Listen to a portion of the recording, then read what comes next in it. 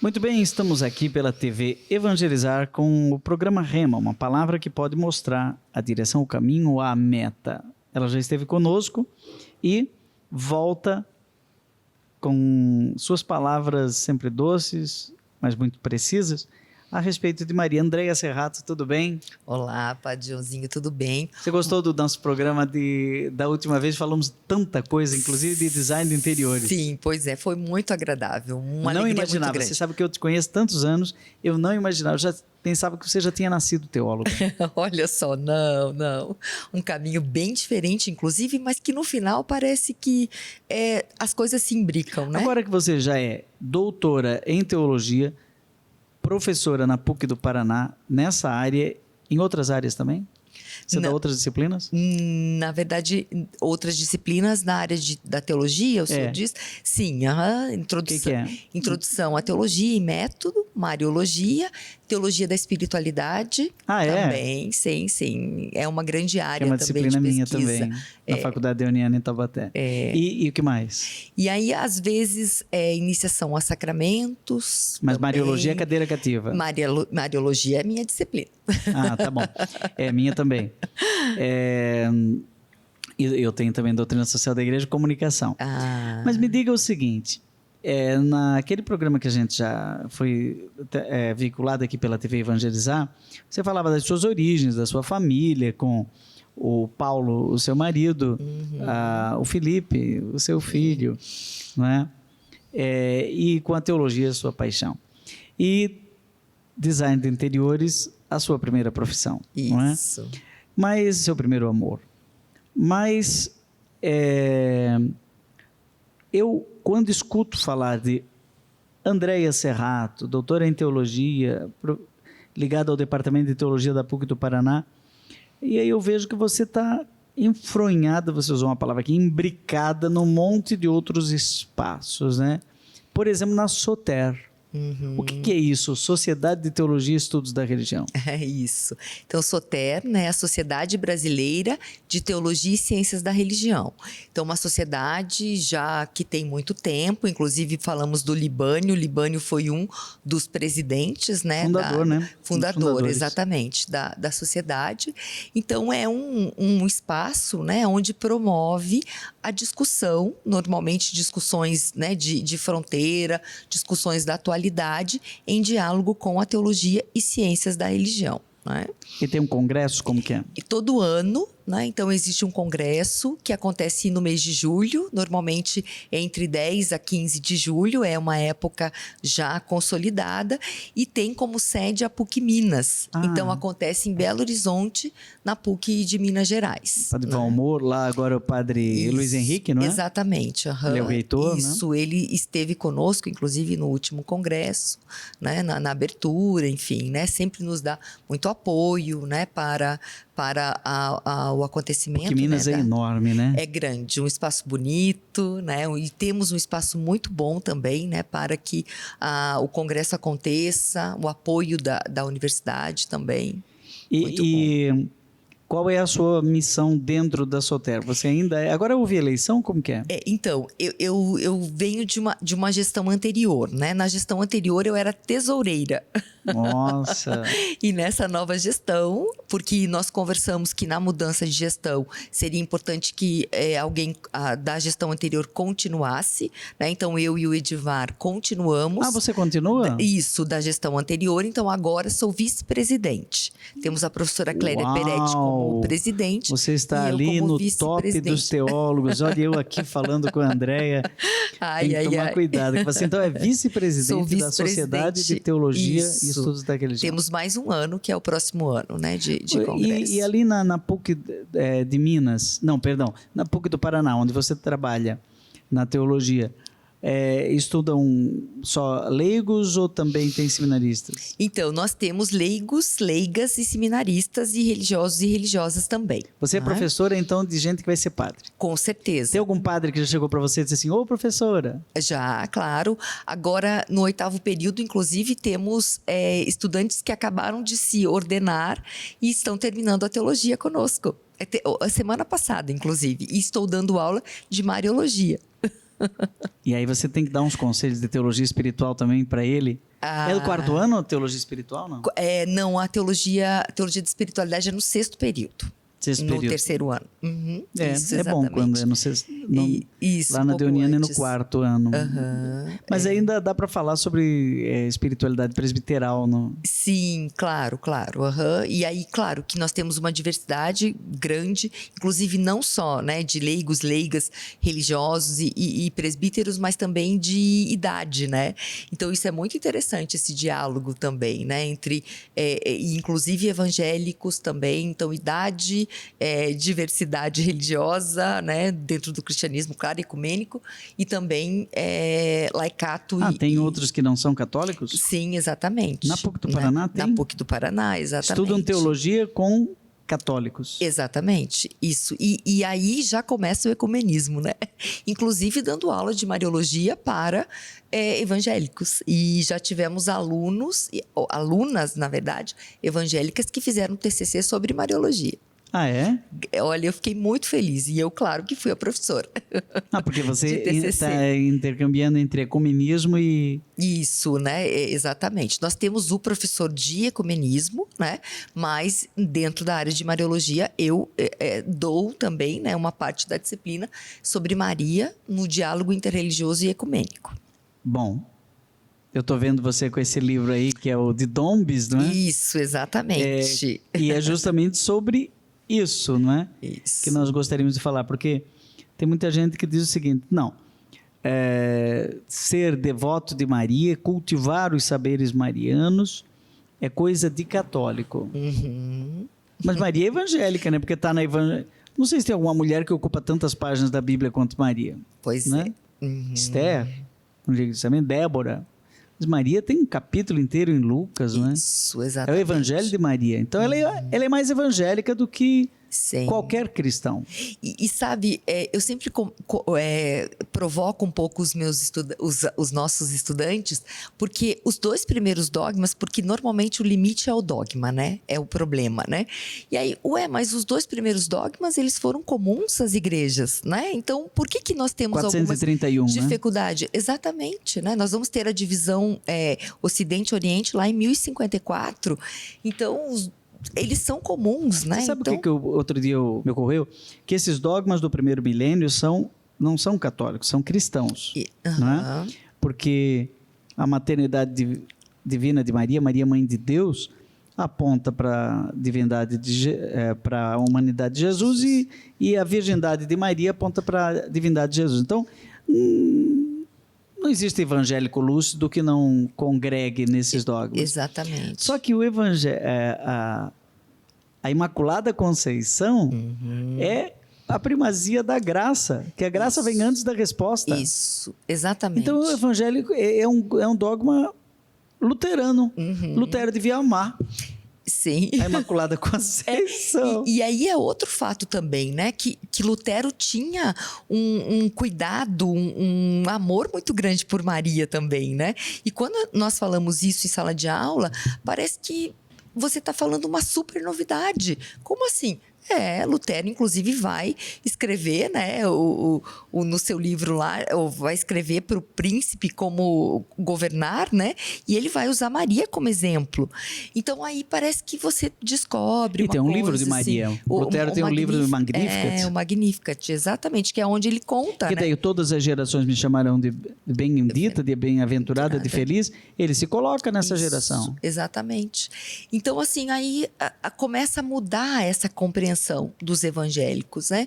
Puxa, é verdade, né? Então, assim, a confusão que existe é por falta de conhecer. Mas o Concílio Vaticano II diz que, acho uma frase muito bonita, diz assim, toma cuidado para não ter nenhuma atitude mariana que cria uma dificuldade para os irmãos, ele fala ainda, irmãos separados, né? Cria um escândalo que acabando tire dele valores marianos autênticos que ele precisa viver. Sim, sim. E aí é interessante o que o senhor fala desse livro, né? Do grupo dos Dombes, que na verdade aí é um grupo que começa, acho que mais ou menos pela década de 30, 40, em torno hoje de 40 teólogos e teólogas franceses que se encontram justamente para falar de temas, né, de ecumenismo, diálogo interreligioso, e trazem essa questão do que deveria, né, ser esse diálogo entre católicos e evangélicos, no sentido de entender que muitas vezes é necessário, de um lado, uma mudança de atitude, e do outro lado, né, do lado católico, uma mudança no pensamento doutrinal, né? Não é que tem que mudar a doutrina, mas que, na verdade, de um lado e de outro, precisa olhar mais esses pontos comuns. Fala-se, né, de maximalismo e minimalismo mariano. Isso. Você acha que existe no catolicismo algumas expressões maximalistas? Então, inclusive era um tema da aula de ontem com os estudantes, justamente apresentar o que é o maximalismo e o minimalismo, né? Então, a gente elevar, né, Maria só por esse lado, né, do pedestal, eu falava para eles numa linguagem, né, mais acessível, então colocar Maria num lugar de rainha, perfeito, né, a rainha, ou de trazer também só essa Maria histórica, né? Lata d'água na cabeça, lá vai Maria. Isso, né? Então, nesse sentido, acho que nós temos que tomar um cuidado, porque os maximalismos acontecem, mas também tem essa devoção muito grande por essa identificação com a mulher Maria, né? Então, acho que dentro da academia nós temos que tomar cuidado com isso, né? No momento do estudo, né? No momento da reflexão, mas existe, né? E acho que a gente não pode se furtar disso, mas não é, digamos que assim, o maior problema que nós temos. Mas nós somos, né, muitas vezes, nesse sentido, olhados de fora, como se a gente colocasse Maria, venerasse Maria, né? Maria é a rainha. E aí sim, né? Como é que o Padre Zezinho canta? Não és deusa, não és mais que Deus, mas depois de Jesus, o Senhor, neste mundo ninguém foi maior. Isso. Né? Né? Quer dizer, ele preserva a primazia. Exatamente. Ela é a primeira. Isso. Primeira cristã. Isso. A que está na fila é a primeira. Isso. Mas está na fila. Exatamente. E aí né? Como não ser totalmente racional, mas também não totalmente sentimental, né? Agora, eu acho que olhar para o povo, né? Isso é uma coisa que eu aprendi muito, inclusive indo à Aparecida, nos congressos, podendo, naquele espaço, olhar aquela movimentação toda das pessoas ali, né? E ali nós temos católicos, nós temos os evangélicos, nós temos judeus, nós temos islâmicos, candomblé, umbanda, enfim. E olhar... A Etty Fraser, quando era viva, ela sempre me falava, aquela atriz, né? Fui muito amigo dela, ela sempre diz, eu nem sempre fui cristã, ela era judia, né? Uhum. Eu nem sempre fui cristã, mas sempre fui devota de Maria e de São Judas. Então, olha, e perceber essa identificação com essa mulher, né? Com essa mulher que, puxa, ela sofre como eu sofro, né? Aliás, esse arquétipo da mulher que Maria assume, né? Ele está presente em outras religiões também, né? Por exemplo, você fala de ecumenismo, mas no diálogo interreligioso, Maria no islamismo. Perfeito. Então, quando o senhor trazia de Maria na Bíblia, né? É engraçado que Maria no Alcorão é a mulher que mais aparece. Né? Eu não consigo precisar o número, né? Mas é a mulher que mais aparece, né? É a mulher, assim, enfim, que está em primeiro lugar. Né? E eles têm um grande carinho por Fátima. Isso. Porque Fátima era irmã de Moisés, né? Era filha de Moisés. A filha de Moisés? Isso, né? Exatamente. E ganhou esse nome, o lugar ganhou esse nome por causa do islamismo. Exatamente. E hoje quem é devoto de Nossa Senhora de Fátima... não tem ideia de que não tem ideia de que essa palavra vem da tradição muçulmana. Exatamente. E é interessante porque eles consideram Maria como essa mulher, como modelo, né? Essa mulher, enfim, que é referência para o islamismo. Então, interessante assim, também nas religiões de matriz africana, né?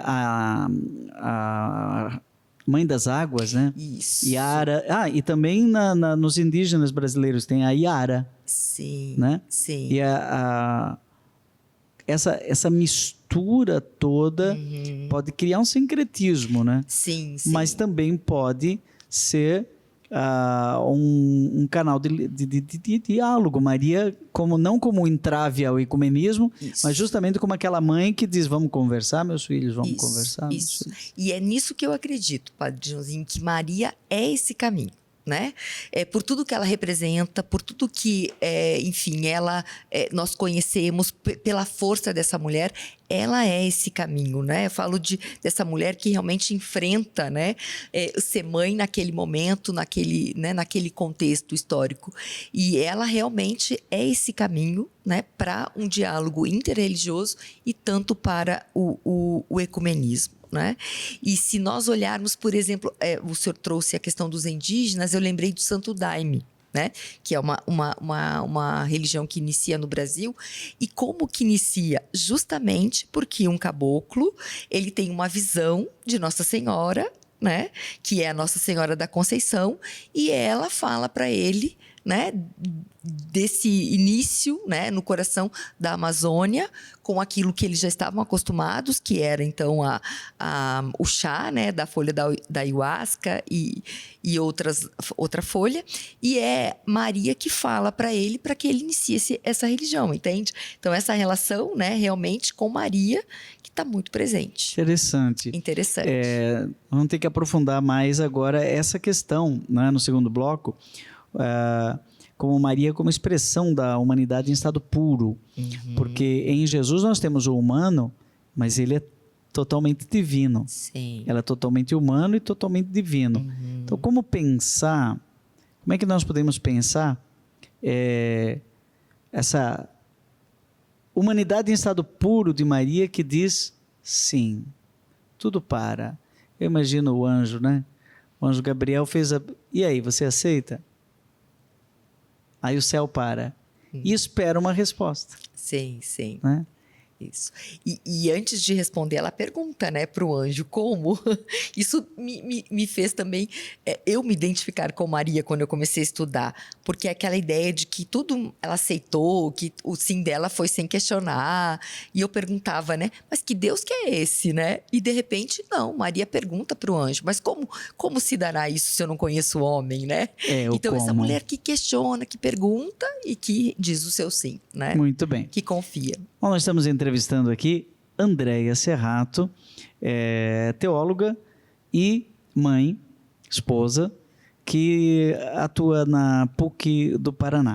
No segundo bloco vamos voltar falando exatamente sobre este livro do Grupo de Dombes, Maria na Comunhão dos Santos. A gente volta já.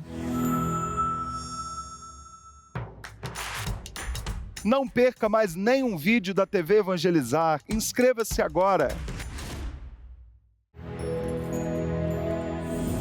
Olá, gente! Estamos de volta com o programa Rema, uma palavra inspiradora. Hoje entrevistando a teóloga Andréia Serrato. André, estávamos falando no bloco anterior sobre Maria como modelo da humanidade. Jesus é totalmente Deus e totalmente humano, então nele aconteceu a salvação. Mas por Maria e pelo seu sim a porta foi aberta, não é? A graça de Deus vem em primeiro lugar, né? Mas porque Deus quis, exige uma resposta humana. Parece que o grupo de Dombes discutiu muito isso, porque dá a impressão de que numa primeira versão, ou numa primeira leitura dos princípios de Lutero, é sola gratia, só a graça, sola fide, só a fé, sola scriptura. Como é que você vê essa questão da relação entre Deus e o homem na figura de Maria? Sim. Então, voltando um pouco nesse sentido, então lembrar que Maria é agraciada por conta do Filho, né? Então, se ela, né, é imaculada, se ela né, assunta ao céu, enfim, tudo isso é por conta do Filho, né? Então, na verdade, a graça já né, colocado, dada a Maria...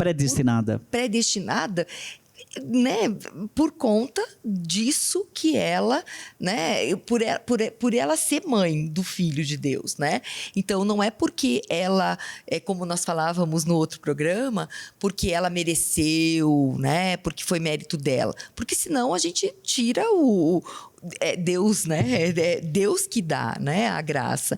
Então, Maria, ela é agraciada por ser mãe, né? Não porque ela fez algo, né? Porque senão, aí o que seria Deus nesse sentido, né? Não sei se eu me fiz entender, né, Padre Joãozinho, mas acho que é nesse sentido, sempre, né, trazendo uma linguagem um pouco mais, assim, do cotidiano, mas quer dizer, Maria, né, a mulher do sim, né, mãe de Deus, né, e por ser mãe de Deus, né, por dizer seu sim, né, ela acaba, então, como todos nós, né, recebemos a graça de Deus, ela recebe, né, essas graças no sentido de ser já considerada, Papa Francisco, ele tem um documento sobre a santidade, a Gaudete et Exsultate, em que ele fala que dois grandes obstáculos à santidade é o gnosticismo e o pelagianismo.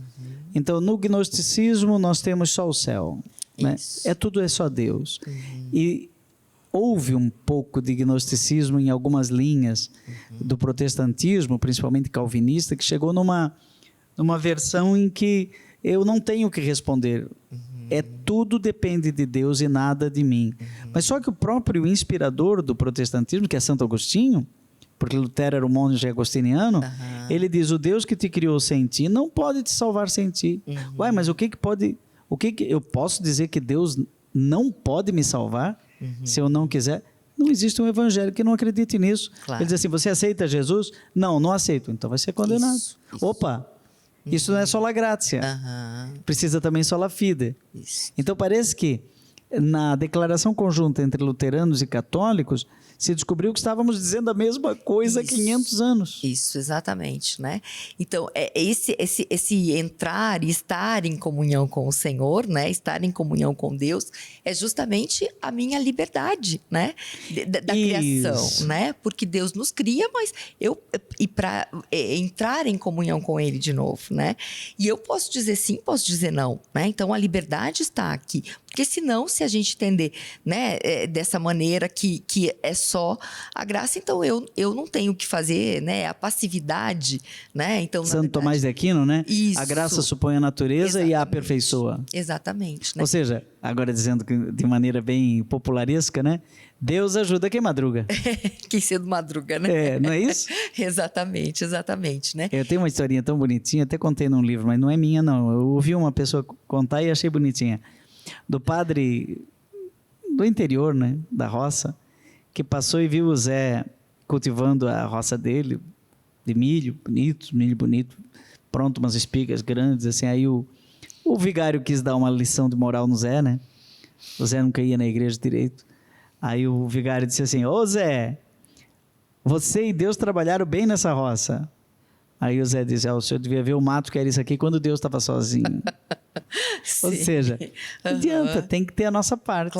Claro, exatamente. E eu gosto de pensar, né, como Santo Agostinho falava, do capax Dei, né, do ser humano, né, o ser humano que é capaz de Deus, né.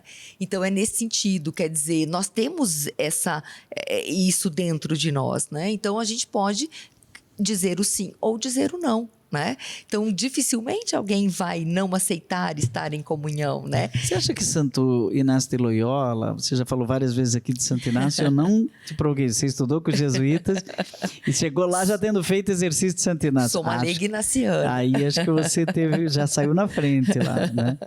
Eu, brincando com os jesuítas aqui, o padre Libânio uma vez me disse que você até que é inteligente, podia ter sido jesuíta.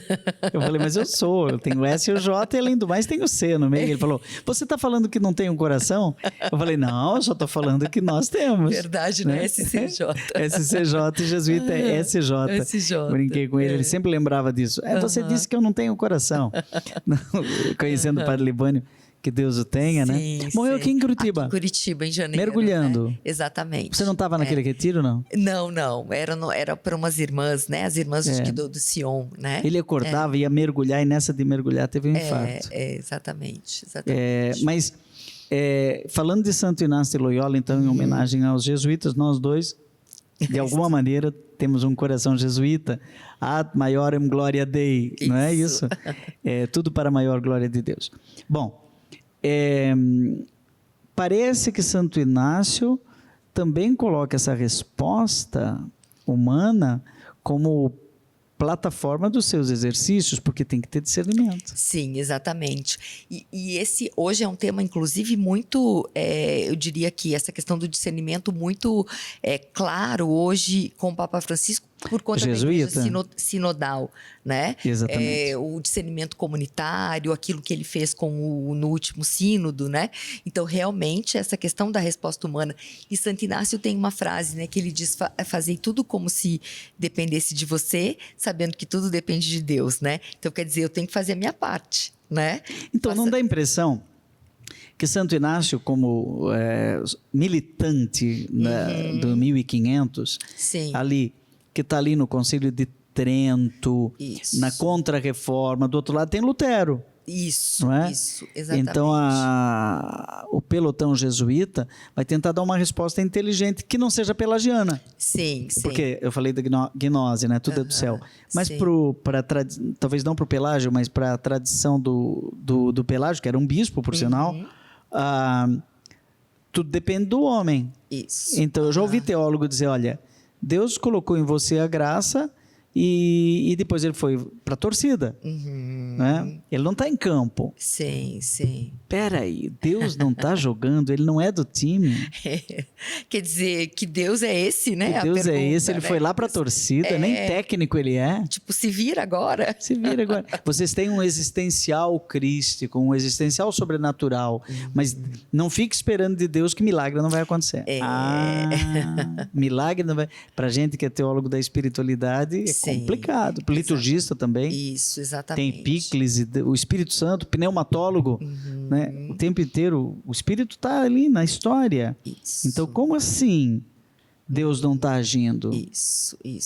E acho que, voltando nessa frase de Inácio, é justamente isso, né? Então, quer dizer, eu faço a minha parte, né? Confiando, entregando, né? Mas sabendo que Deus, né? Tudo depende dele. Mas tem a minha participação, né? Nesse sentido. Mas eu posso dizer que tem minha participação, assim, em responder, tudo bem, a porta está aberta. Eis-me aqui, não é, Maria? Faça-se em mim, ou faça-se passivo, não é? Porque no princípio Deus disse fiat lux, e a luz foi feita. É o faça-se ativo, é Deus quem faz. Agora eu digo, faça-se em mim, eu abro, eu deixo ele fazer. Isso. Né? Tá. Fé, né? É um sim de fé. Sim. Né? Mas no grupo de Dombes a gente discute aí a intercessão. Como assim?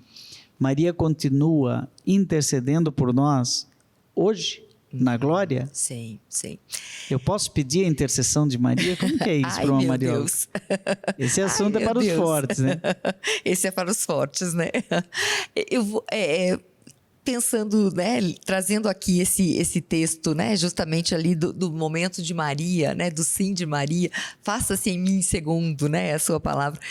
Veja, ela conhecia muito bem, né, a realidade que ela estava, né, então ela sabia qual era a necessidade do seu povo. Né? Ela sabia o que seu povo precisava, ela sabia as necessidades, ela entendia que o Messias libertador estava por vir. Né? Então, assim, ela confia a Deus, né? Assim, eu aceito ser mãe do Salvador, né? Porque eu sei que é isso que precisa. Mas como que isso vai se dar, né? Era nisso que eu queria chegar. Como que isso vai se dar, eu não sei. Né? Então, ela entrega, confia ao Senhor, né? Todo o processo que vem depois. Como que isso... Ela não sabia o que ia acontecer com Jesus, o que ia se dar depois, né? Não estava tudo pronto para ela. Né? E acho que é nesse sentido que não está tudo pronto para nós. Mas né? será que a intercessão de Maria na comunhão dos santos, ela é genérica? Tipo assim, eu posso interceder por você, você pode interceder por mim. Nós dois juntos podemos interceder pelo Papa Francisco. Mas Maria, no céu, junto a seu filho Jesus, ela continua a sua missão intercessora na comunhão dos santos? Como que é isso? Sim, ela continua a missão intercessora, né? A gente pode dizer, inclusive, que Maria foi a primeira a estar junto com o filho, né? E ao estar junto com o filho, ela continua, né, intercedendo, né, por nós. Então, ela sim, né? Ela está lá. Tem aqui, eu estou com a Lumen Gentium, capítulo 8º, né? Isso. E tem uns trechos assim bonitos, né, que Maria continua a sua missão intercessora junto de Deus, por causa da sua maternidade espiritual, de Maria depois da ascensão, né? Maria, finalmente a Virgem Imaculada, preservada e imune de toda a culpa original, terminado o curso de sua vida terrena, foi levada ao céu, a Assunção, né? Isso. E exaltada a Deus como rainha, ainda vai adiante, né? Sim, sim. Para assim se conformar plenamente ao seu Filho, Senhor dos Senhores. Eu acho, André, que nós ainda, como teólogos, não mergulhamos que chega na seriedade do dogma da Assunção. Sim. Aliás, também, enquanto liturgistas, não mergulhamos que chega na importância da solenidade da ascensão. Porque a gente fala muito de encarnação, né? O verbo se fez carne. Mas a carne foi elevada ao céu. Ao céu. Olha exatamente. isso. A trindade foi modificada. A gente fala, né? na teologia, de trindade imanente e trindade econômica. Isso. Ou seja, a trindade, que era Pai, Filho e Espírito Santo, a partir da encarnação, ela se torna Pai, Filho encarnado. Isso. E essa carne é a carne de Maria. Aquela imagem que alguns ficam confusos, do Pai Eterno, que é a trindade coroando Maria como rainha do céu e da terra. Sim. Eu acho que assim, quando percebemos, né, o impacto, ou mesmo essa teologia que tem, né, em Maria, nesse contexto, a gente percebe realmente a relação dela, né? E eu quero trazer aqui, quando o senhor fala, né, da Imaculada, que a gente não apreendeu tudo isso, o livro de Dombes traz assim, né, falando da Imaculada: a solução mantida foi compreender a Imaculada Conceição não como uma isenção, mas como uma preservação por uma sorte de antecipação do que os outros resgatados conheceriam, cada um em sua hora. Né? Então, eles estão discutindo, na verdade, né? De um lado e de outro. Daí ele continua: as duas afirmações, embora pareçam discriminatórias, não querem de modo algum subtrair Maria ao destino da condição humana. Ao contrário, elas querem manifestar em Maria o sucesso do desígnio de salvação de Deus para toda a humanidade, cuja antecipação ela apresenta. Exatamente, né? Porque falando para uma pessoa da área de design de interiores, o projeto original não era o do pecado, era o da graça. Isso. A graça original. Não sei se eu vou falar uma grande bobagem aqui, vocês me desculpem, não é? Eu só não gosto, no dogma da Imaculada, do nome. Imaculada, porque eu acho que o dogma diz muito mais. Sim. Ela não é exatamente isso que ele está dizendo aí. E é um diálogo entre católicos e evangélicos. Isso. Ela não é só imaculada. Ela é agraciada. Isso, exatamente. Porque imaculada seria preservada da culpa. Então não é só preservação, é agraciamento.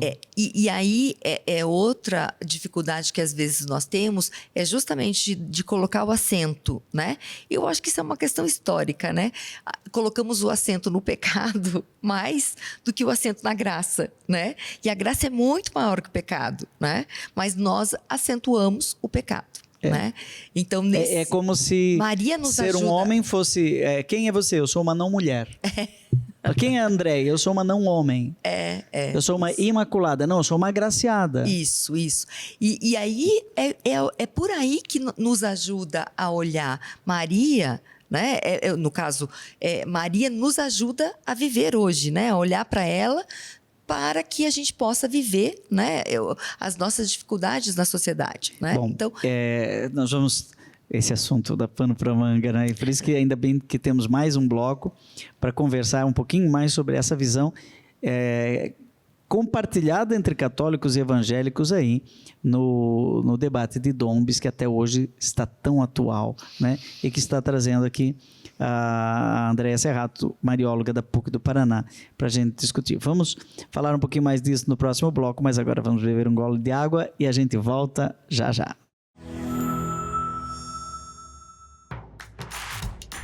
Não perca mais nenhum vídeo da TV Evangelizar. Inscreva-se agora.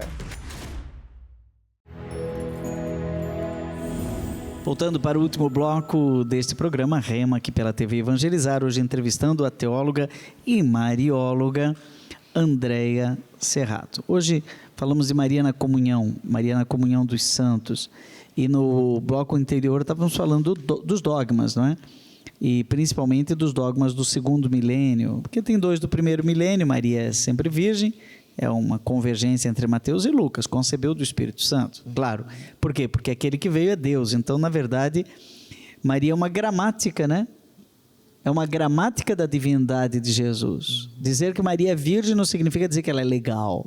Significa dizer que Jesus é Deus. Isso. E que foi concebido no ventre de Maria pela ação do Espírito Santo. Ponto final. É isso que diz tanto Lucas quanto Mateus, na surpreendente convergência de seus evangelhos. Agora, Maria, mãe de Deus, ou mais exatamente Theotokos, que não significa bem mãe de Deus, né? Significa parturiente de Deus, a cuidadora de Deus. 431 em Éfeso, então diz, não é só mãe do Cristo Deus, ou mãe do Cristo homem, ele é 100% Deus e 100% homem, então ela foi mãe do Cristo todo. Então, tudo bem, até ali não tem católicos evangélicos. Mas agora, no segundo milênio, Maria Imaculada, 1854, bula Inefabilis Deus, Pio IX, não é? Foi grande o debate, né? Para chegar até isso. Sim. E aí, eu vejo que nesse contexto, nós esquecemos tudo que muitas vezes precisa não, o que acontece para que esse dogma seja declarado, né? Então, assim, muito antes de todo o debate também, isso já estava no Sensus Fidelium, né? O povo já estava realmente percebendo, né, e declarando Maria, né, assim. E claro que quando nós olhamos que esses dogmas são para falar do Cristo, né, aí sim a gente, não digo que para, né, mas a gente entende que eles são caminhos para nos levar ao Cristo. Eu gosto muito que no livro do Método Teológico do Frei Clodovis, ele explica o que é dogma, né? E o que é dogma? Então, é justamente um caminho para... Ele usa uma imagem de um corrimão de escada. Aí vem a Andréa, designer de interiores. Um corrimão de escada, que é justamente para levar ao Cristo. Né? Então, e aí nós ficamos muitas vezes discutindo, não, mas isso é só do catolicismo, esse dogma não era conjunto, esse dogma... E não, né? Na verdade, tudo bem. Imagina! Foi um dogma estabelecido pelo Papa, mas o que foi estabelecido é para dizer, né, aquilo que o povo já dizia e para dizer do Cristo. Sem fé não dá para viver. Isso. Outro dia eu vi um ateu falando da importância da fé. Olha. Por quê? Porque eu entro no avião, a porta está fechada, eu não sei quem está lá. Exatamente. Eu sento e confio. Do jeito que eu estou hoje, eu não tenho nem que pensar, nem penso muito, né? Eu prefiro não ver o piloto, porque a gente vê, é esse que vai me levar. Outro dia tinha uma pilota. Eu acho tão engraçado, tão bonito, né? Tá tendo muitas mulheres nessa profissão. E a gente não questiona, chega o prato, alguém fez o prato. Quem fez? Não sei. Não sei quem fez. Cirurgião, outro dia foi fazer um exame daquele incômodo, colonoscopia, né? Você nem vê direito, porque toma sedação. É fé. Você se entrega. Isso. Fé é essencial, né? Para viver. E a fé espiritual passa por isso também, né? Sim. Exatamente. Sabe como que eu defino dogma? Agora, usando o avião, né? Balizas do avião, né? A pista. Sim, né? A luz ali, né? Aquelas luzinhas. Sim. Mas o piloto não pousa na luz, ele pousa no escuro. Isso. Ou seja, está no meio. Então, eu acho que a gente nunca vê direito todo o significado do dogma, né? Ele está meio que no mistério, na penumbra. Isso. Mas a linguagem, que é sempre imperfeita, Theotokos é bem perfeita, Imaculada é bem perfeita. A Assunção elevada, a gente pensa que é um filme, né? Maria subindo e tal. O Murad traduz como assumida. Isso, né? isso. E então, aqui no meio, que eu não estou vendo, está o mistério e eu creio. Então, a escuridão é a visão da fé. A gente vê no escuro. Sim. Tem um filósofo... Fé vê no escuro, acho que ninguém falou isso ainda. Que ele diz, quando acaba a certeza, começa a confiança, né? E acho que é isso, né? Justamente, né? Quando acaba a certeza, eu confio, né? Eu confio. E aí, nesse diálogo, eu diria que entre, né, os cristãos das diversas tradições, talvez essa confiança nos levaria mais, né? Então, assim, olhar essa construção, né? Que tem sobre Maria, mas olhar muito mais, né, a fé realmente ao que nos leva em Maria, né? Então, essa unidade, né? Essa mulher, mãe de Deus, que constrói conosco, né? Que é criatura, eu acho que constrói não, mas que é criatura, que está muito mais perto de nós, né? Tá, mas aí você acha que com esse diálogo de Dombes e todo esse diálogo inteligente entre católicos e evangélicos, chegando a determinadas convergências marianas, né? Interessantes, como é o caso da comunhão dos santos, há uma preparação, seria um propedêutico para um quinto dogma? Pois é, já respirou fundo.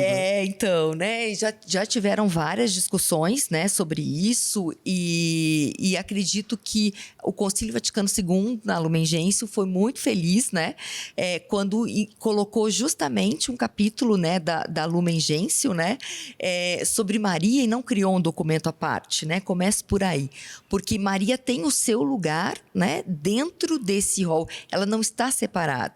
Então, assim...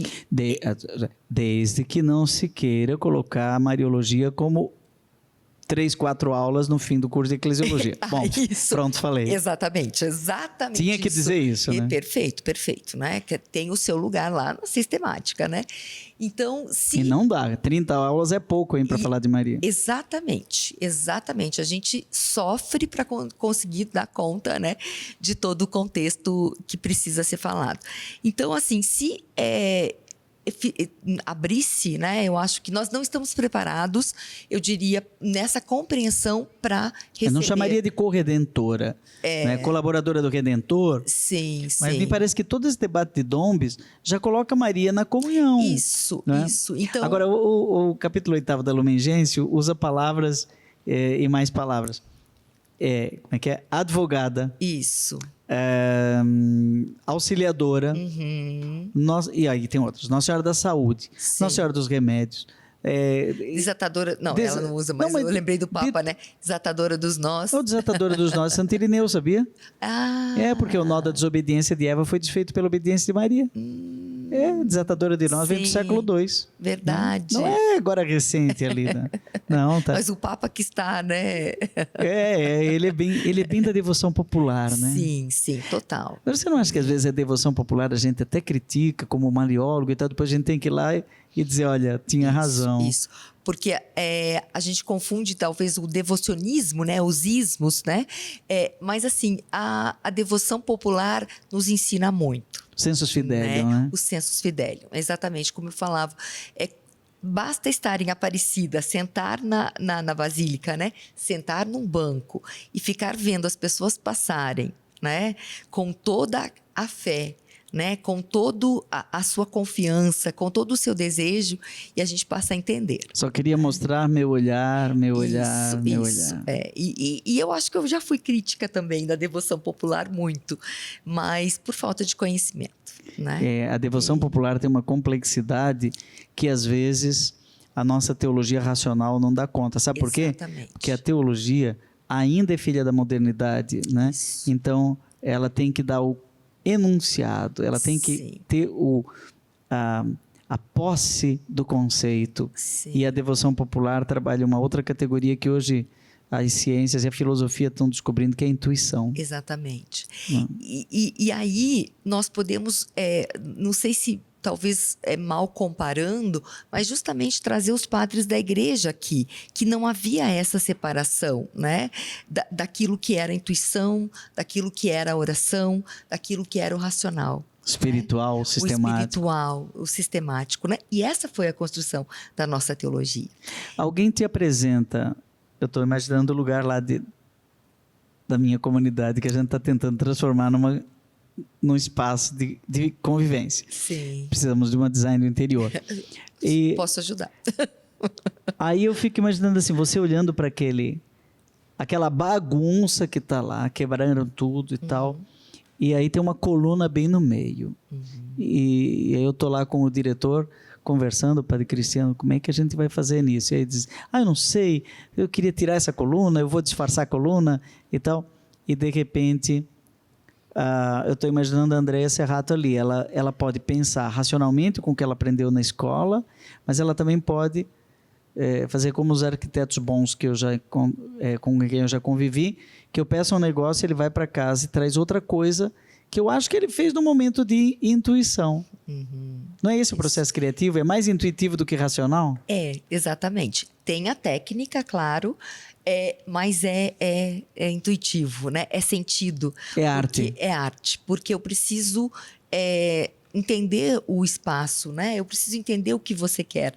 Isso sentir na carne. Sentir na carne. E isso é quando a gente olha para o povo, né?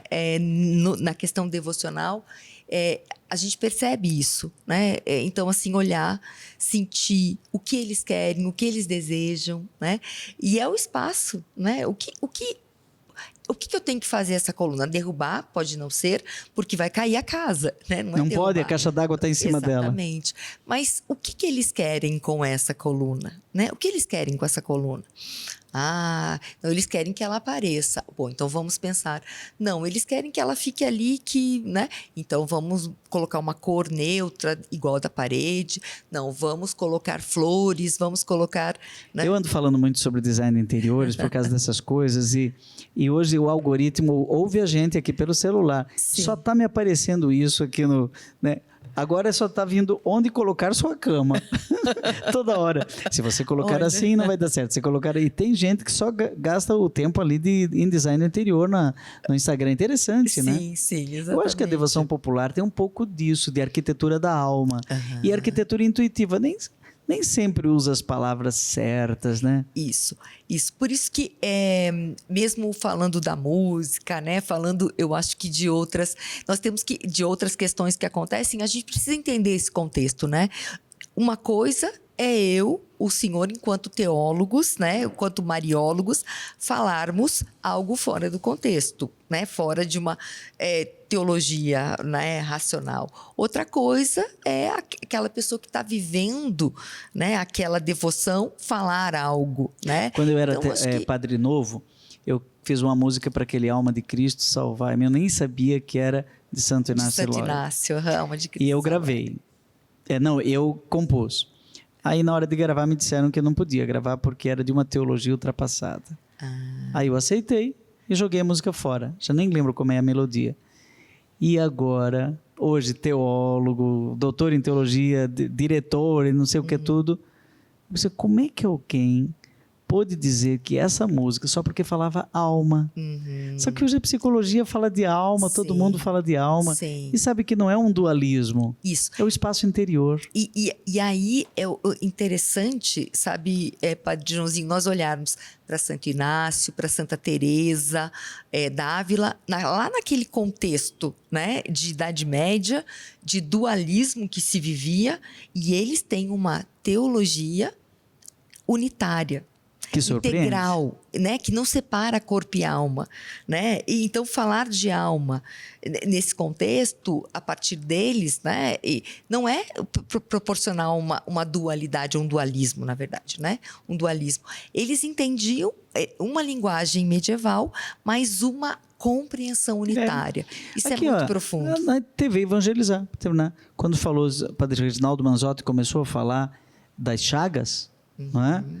Muita gente dizia, meu Deus, falar de chagas agora. Olha, agora que a gente vai se dando conta da teologia que está em Santa Chagas. Sim, sim. Ah, mas é muito antiquado, ultrapassado. Vai estudar. Isso. Que você vai ver aqui. Mãe de Deus, Virgem, Imaculada, Assunção. E a gente até projetou um quinto, já quase promulgamos o quinto dogma aqui. Tudo isso faz um sentido tremendo. Sim, sim. Não?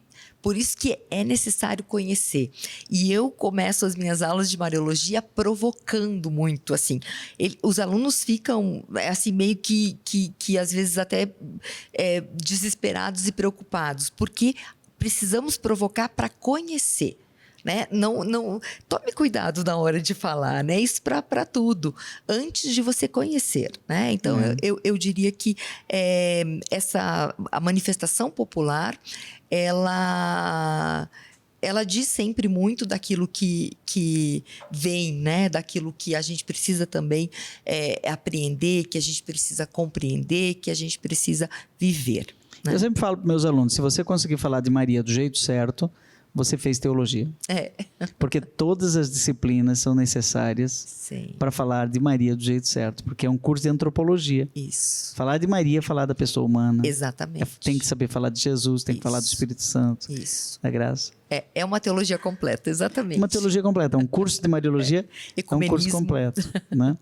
Por isso que você é da Associação Brasileira de Mariologia. Existe isso, gente. Perfeito, perfeito. Isso também bem, enfim, todo esse caminho, né, Padre Joãozinho, de aprofundamento na Mariologia, me foi possível, né, por conta, começando lá, né, com a Academia Marial, com os congressos mariológicos, que há um investimento muito grande nisso e que está abrindo muito, eu acho que o estudo de Mariologia, né? E agora com a Associação Brasileira, né, de Mariologia, que tem a professora Lúcia, né, como presidente. Eu sou tesoureiro. Ah, olha só, viu? A gente não também... temos dinheiro, mas sou tesoureiro. Só temos a graça.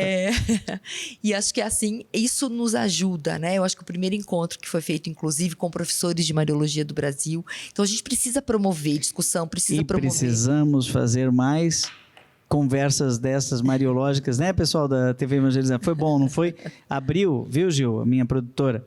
Abriu 1000 entrevistas. Aqui foi só um menu, né? Um cardápio, porque falar de Maria exige muito mais do que 2 programas. Você teve no primeiro, Maria, Mãe e Mulher, agora falando de Maria na Comunhão dos Santos, temos que falar Maria nos Dogmas. Quem sabe seria um programa contínuo de a gente fazer um pequeno curso de Mariologia.